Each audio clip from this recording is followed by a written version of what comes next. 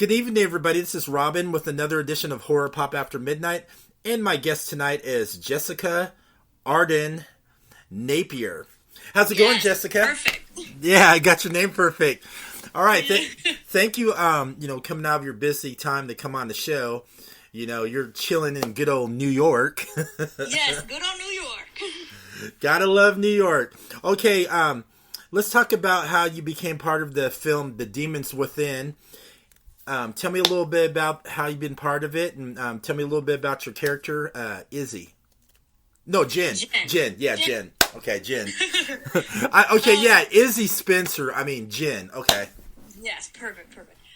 So something really cool is that Stephanie got in contact with me in the very beginning kind of summer when they were trying to figure out like new casting and stuff, and so. She emailed me directly and emailed my agent and offered me the role of Jen in The Demons Within, which has never happened before. I've never been offered a role, so that was really, really cool to ever experience. And I was really intrigued by it. It was one of the coolest things I've read, and I've never done something like demonic before, so I was like, why not throw myself in there? And so, so when like going over the character of Jen, Stephanie was really pushing for kind of like, I am the best friend of Izzy, but she really wanted to push this like fake best friend persona onto her and kind of gave me the homework of Regina George from Mean Girls. Okay. She was like, that's who you are. That's who you are. You are Regina George. You are Rachel McAdams from Mean Girls. And so I want you to like research that and kind of like, incorporate that into your character, like, but make it your own. Like, one thing I really liked about it, like, even before she met me, like, we had maybe a phone call and, like, a couple emails that we had sent, and she was like, I really trust my actors here. I really want everyone to kind of put their own into it and, like, really blossom when we come on set, which was really cool. I haven't had that before, especially when I have an audition, so it was just a lot of trust from the beginning, which was really cool, but yeah. All right, and you got, since you've been working with Spencer in the film, I had her on the podcast, and we talked about your guys' chemistry and how she really got physical with you. I mean, you guys got really into it. Yes, this was the most, like, not even physical, but, like, most intense scenes I've ever done for a project before. And that was also something that really drew me to the project in general, because I kind of always wanted to push myself to do something like that. And Spencer's fantastic.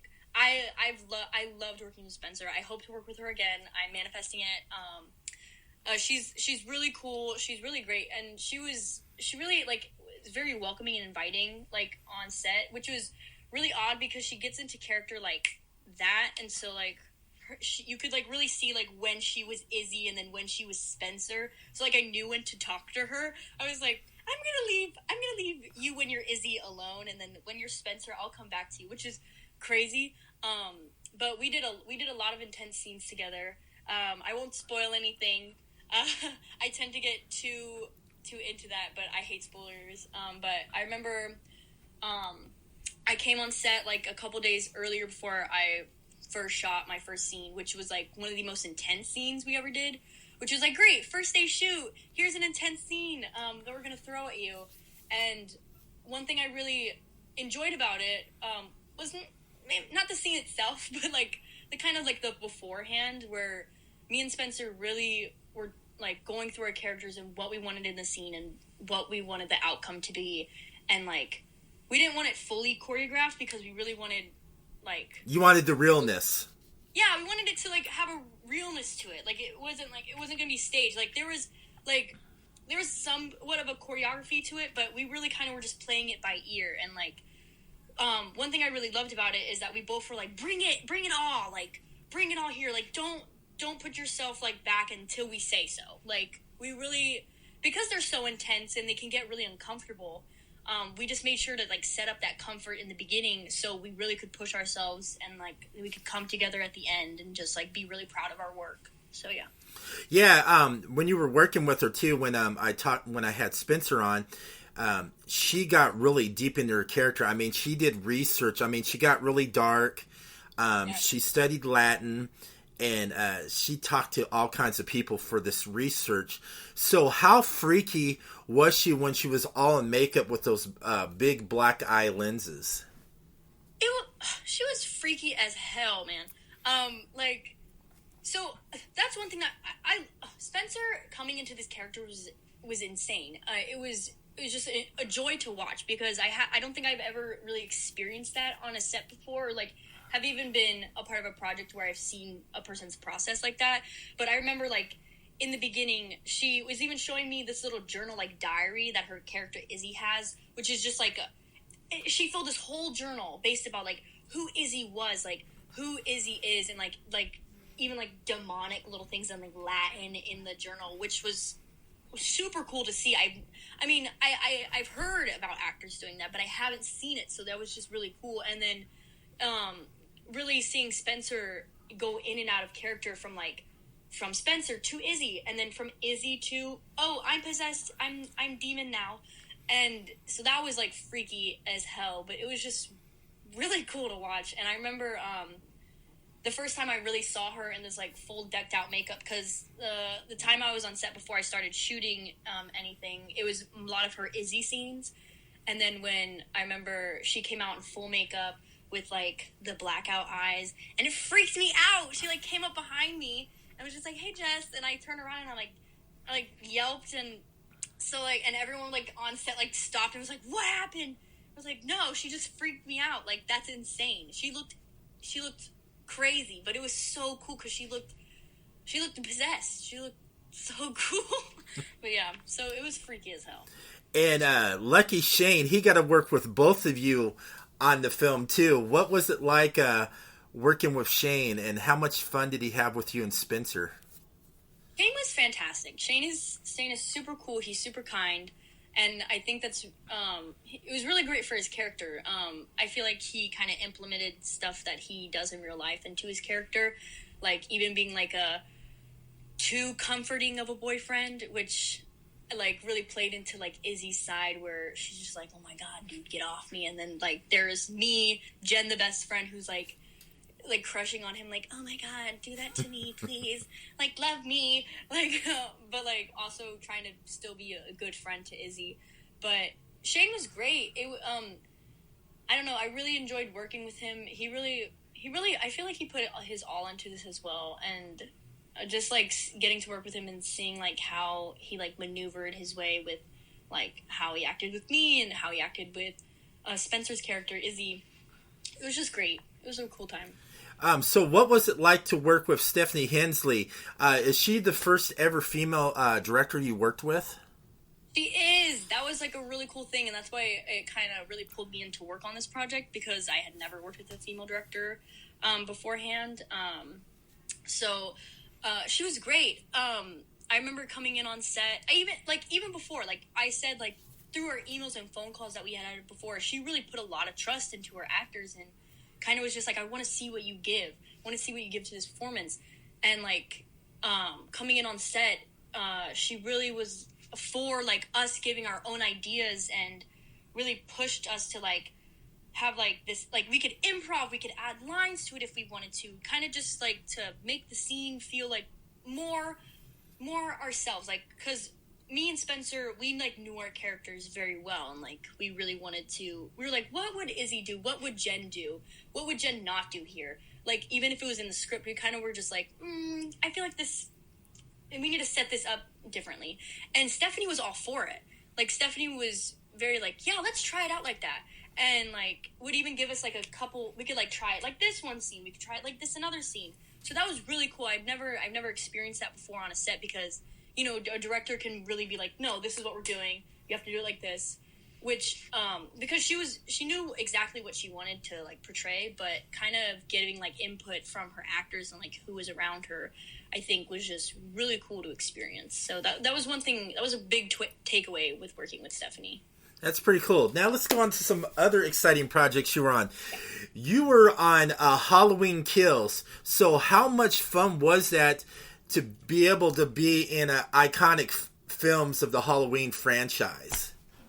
That was so freaking cool. I'm still in awe by it because, like, who can say they worked in the Halloween franchise?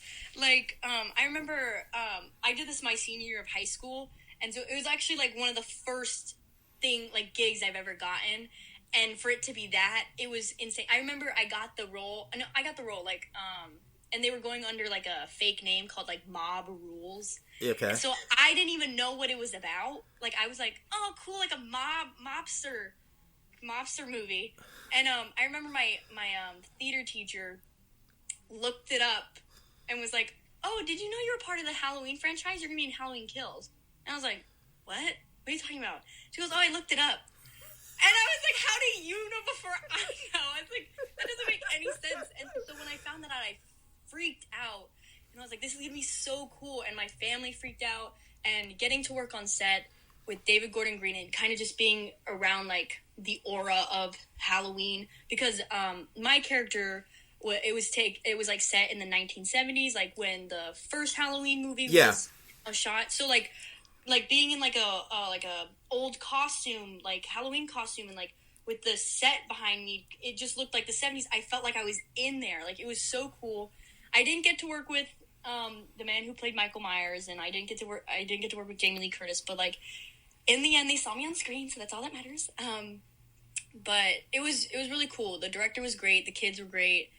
And, yeah. I remember, it was really cool because even on that set, we had to stick to our lines, but there was room for, like input from the actors. Like, we changed up the whole, like, you know when I licked the Jawbreaker? Yeah, Jawbreaker. Yeah, I remember that. Yeah.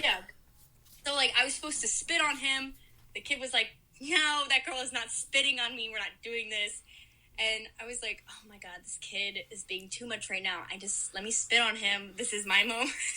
But no. So we ended up, like, doing the Jawbreaker, which was my idea, which is really cool, that we got to put in there. And I remember there was the girl who was also in the scene with me singing this little lullaby, and which was incorporated into the movie as well. And so, like, Lonnie. And creepy ass voice, but it was really cool. Great experience. 10 out of 10. All right, that's awesome. And then you were in another big set too. You were in Stranger Things season 4, where you played number 5. How iconic was that to be one of the numbers? That was so cool. Because when I auditioned for this, to be in Stranger Things, I thought I was just like a bully. Like, I was like, okay, another bully role. I was like, I find them really fun. Like, kind of being an asshole, like, on in something is just kind of fun. Because I remember I auditioned with, like, a scene from, like, that Billy did from, like, I think season 2 or season 3, and, like, one of the scenes that is in season 4. But again, like, I couldn't really tell what it was, and so I remember when I got the call that I was, like, they wanted me to be on Stranger Things. They were like, hey, you got the role, but you have to shave your head. And I was like, oh, okay, cool. And so I ended up doing it because Stranger Things is my favorite show. I couldn't turn that down. I was like, this is my time to be on the show. And then that's when I started to figure it out. And, like, they're like, you're the role of number 5.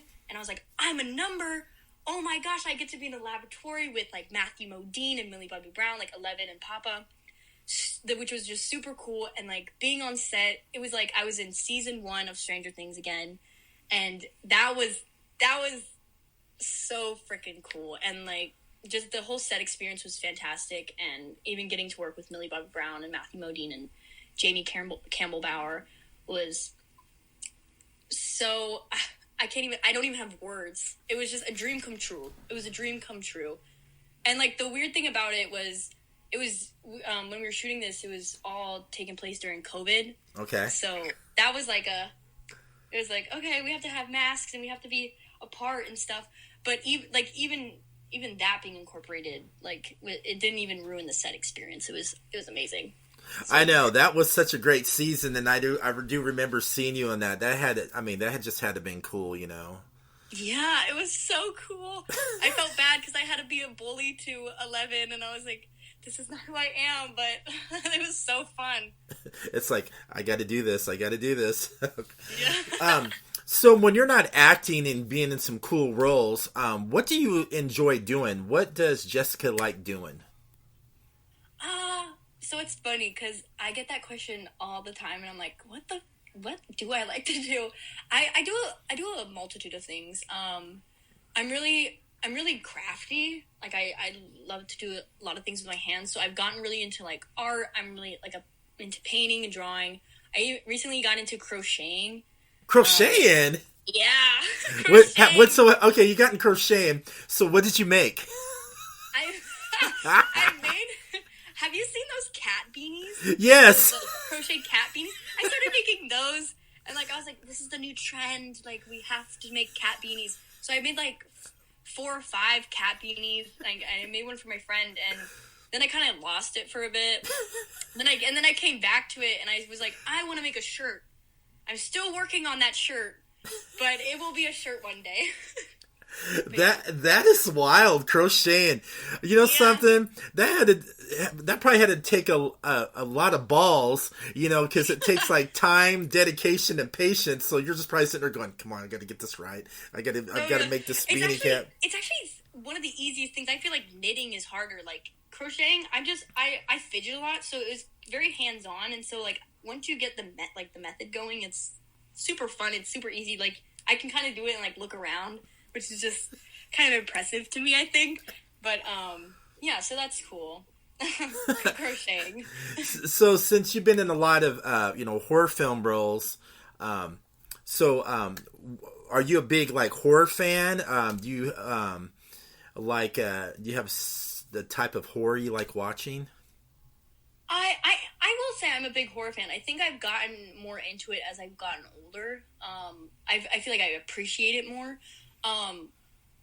I've really gotten into kind of more psychological horror. Those are fun. Like, those are they're epic as hell. Like I remember, I really have been into the director Ari Aster, who did Midsummer and Hereditary. Hereditary was great.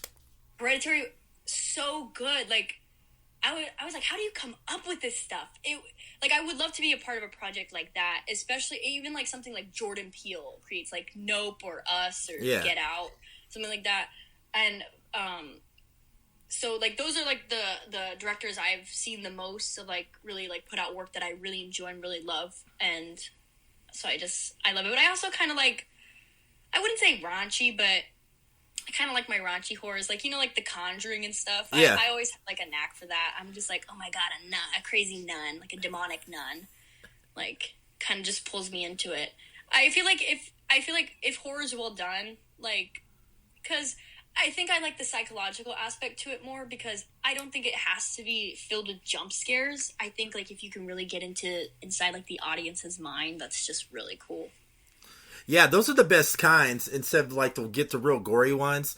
I want a good one that just messes with your mind, and, you know, it shows the killings, but doesn't go like all carried away. And watching the film where each scene is like a character while you're watching it, where you feel like you're in that room. It's like, okay, where is the, you know, cinematographer, where's the director taking this, and how much are you going to fuck with us in the head? Are we going to be very invested in it? Those are the type of films I like. Yes, I love those too. You're not alone. Those are the best. I mean, Midsummer, I saw, the ending, excuse my language, the ending was pretty fucked up. Midsummer? Oh, yes. It's very fucked up. That's the only thing I liked about the film. I thought the film was like a slow burn, but I stuck with it. I was like, okay, I'm getting ready to yawn, and then towards the end, you're like, wow. No, it's also like Florence Pugh. Her like her like subtle facial expressions to stuff is like insane, especially within like horror that she has done. Like that end scene where she's like watching the triangle house burn. Oh, that was creepy. Her floral getup, and she's like like her frown, and then she's over here like smiling. That was crazy. I was like, that's beautiful. I don't know if that was like a directorial standpoint or if that was like Florence Pugh herself who made that choice, but it was perfect. I was like, this is crazy. This is everything I want. I know. You just look at it. When I looked at this and she did that little smile, that freaked me out, man. I'm like, I don't want to hang out with you. Like like what you said, like, I think she ad-libbed it in and the director did it. I mean, if I was going to do a scene like that where I had to do a creepy grin, I would try to ad-lib it, just make it really creepy where the audience would be like, that guy's nuts, man. Yes! I love it so much. So, what other projects you going to getting into next? I'm not sure yet. I'm kind of, like, right now I'm doing, I'm an acting major in college right now. So nice. That's kind of been taking up a lot of my time. But I'm still auditioning. I'm still getting out there. But I don't really have any upcoming projects set up yet. But I'm manifesting for the new year. I'm hoping something comes my way. Something really cool, because that'd be fantastic. But yeah, I think, if anything, like, a project I'm looking forward to, I'm really into my, like, sci-fi, like, thrillers, and, like, even, like, a comedy would be fun, because I feel like, the past roles I've done, they've all had, like, a comedy aspect to it, but I'm just, like, a bitch. Like, I'm just a bully. No, you're not. You're not a bitch and a bully. Not just a bully. Like, there's so many more aspects to it. Like, there's so many levels to it. But, like, I kind of want to do something, it doesn't even have to be lighthearted. Just, like, something sci-fi would be really freaking cool. Like, doing something...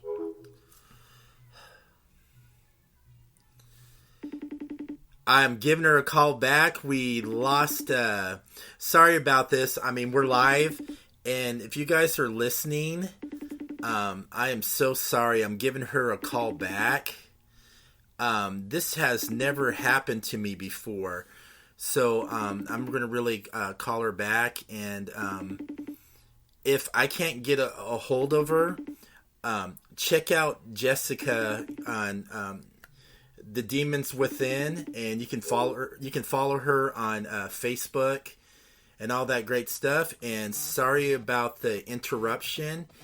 And everybody, thank you for listening to Horror Pop After Midnight.